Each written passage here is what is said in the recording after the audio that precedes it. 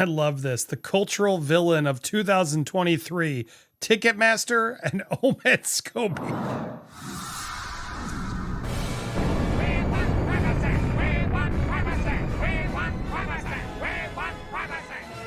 Welcome to Popcorn Palace. I'm Andy Signor, and this is funny.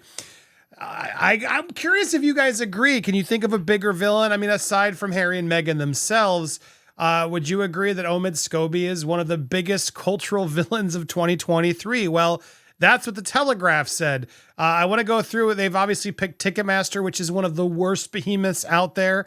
But if you continue down, David Zaslav, head of Warner Brothers, who was such a mess out there, canceling movies, saying he's all for filmmakers when he's not. He's trash.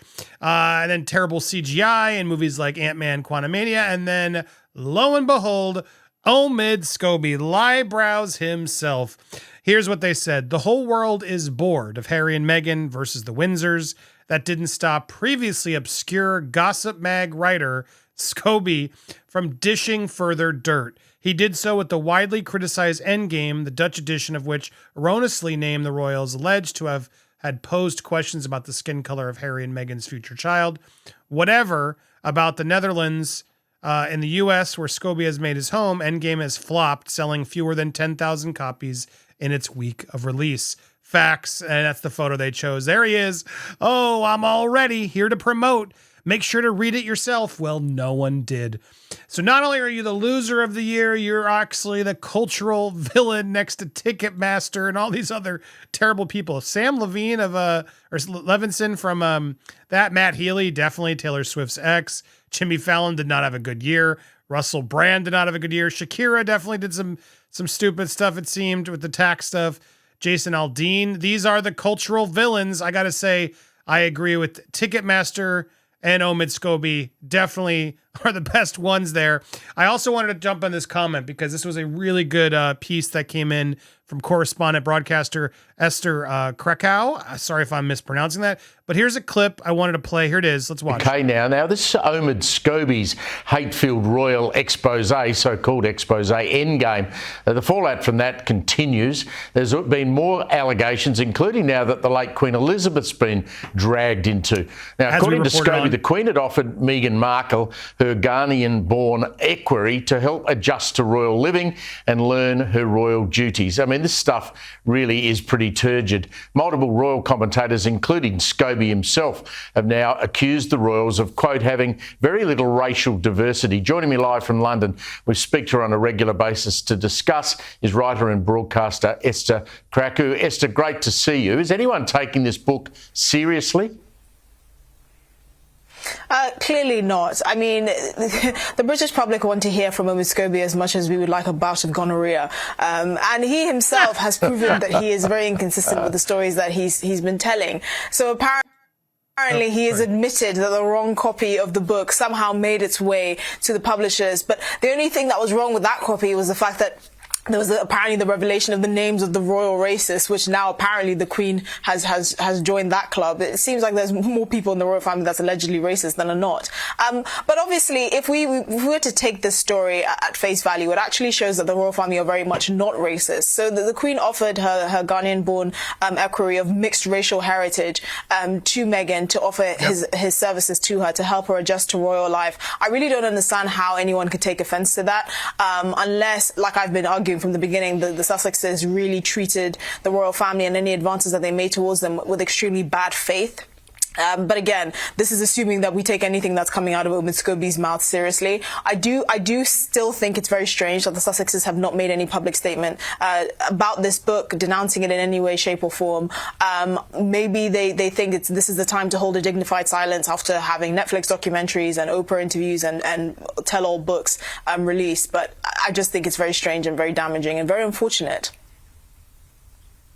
What has, Esther, been the wider British public reaction? I mean, we know what the media reaction's been. We've heard, people like Piers Morgan slam this bloke. But what's the wider public view of this been? Well, mainly one of bewilderment that Omid Scobie has even managed to drum up publicity in the way that he has. You have to remember that this is someone who's reported on the royal family for over 2 decades, but he was very much an outsider amongst royal journalists, commentators, and people really within in the know. And somehow he has this proximity to the Sussexes, and he seemingly knows everything that's gone on in the palace, even though we don't know any of his sources, and we don't know whether anything that's coming out of his mouth is based in reality. So most people are just bewildered by the fact that we've even heard of this person's name, and obviously they don't really believe anything that he said. I mean, Piers Morgan publicly denounced one of the blatant lies he told in his book, that he took 3 phone calls with Queen Camilla, even though Queen Camilla doesn't take phone calls, at least of all from Piers Morgan, because it's just not the done thing. So most people are not taking it seriously. I reckon... No, it's true. They're yeah, not. I reckon you can probably throw that book on the scrap heap. Esther, sorry it was so quick for us tonight, but we'll catch up again next week. Indeed, throw it on the scrap heap.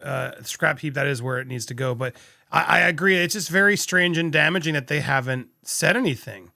And I like this quote. I think that this is a whole dignified silence. But no, after everything that they've done, she's right. And it really shows their advances in bad faith. And I don't understand how they can remain so silent. It is incredibly strange for somebody who's so vocal. I mean, we've made our theories here, right? And I want to hear yours down below. Steph said it too, but I do think this is clearly them trying to let the royals feel what it was like for them, right? What was the famous quote? Someone correct me, but a million no comments, what the pain that can cause. That's the vibe they're clearly going for with this.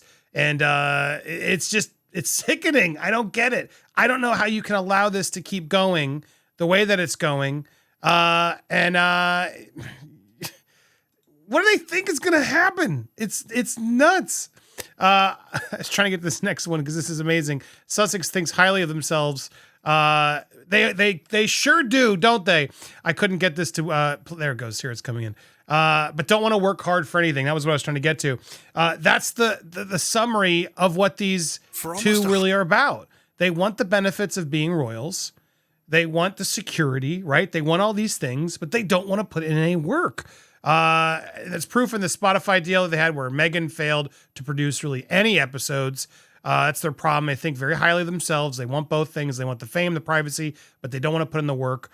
It's very hard for anything beyond the royal titles, which continually crap on. So they have to have it both ways. I do think it's interesting that Hollywood is turning on these two, because when they moved to the United States, they really were put in a silver platter.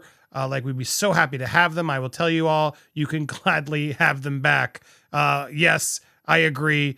This is not something we want here. We don't want Meghan and Harry here. We're sick of them.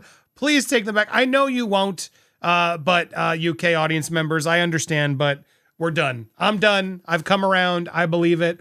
Thank you guys, though, for watching. We got so much more updates and things coming here for your daily royalty. Hit that subscribe button. Hit that bell for alerts as well. Smash the thumbs up. And what do you think of this commentary? And what do you think of Omid? Is he the villain of the year? Can you think of another one? Let me know down below. We may be compiling our own list as well. Thank you guys so much for watching, and stay tuned for more here on Popcorn Palace.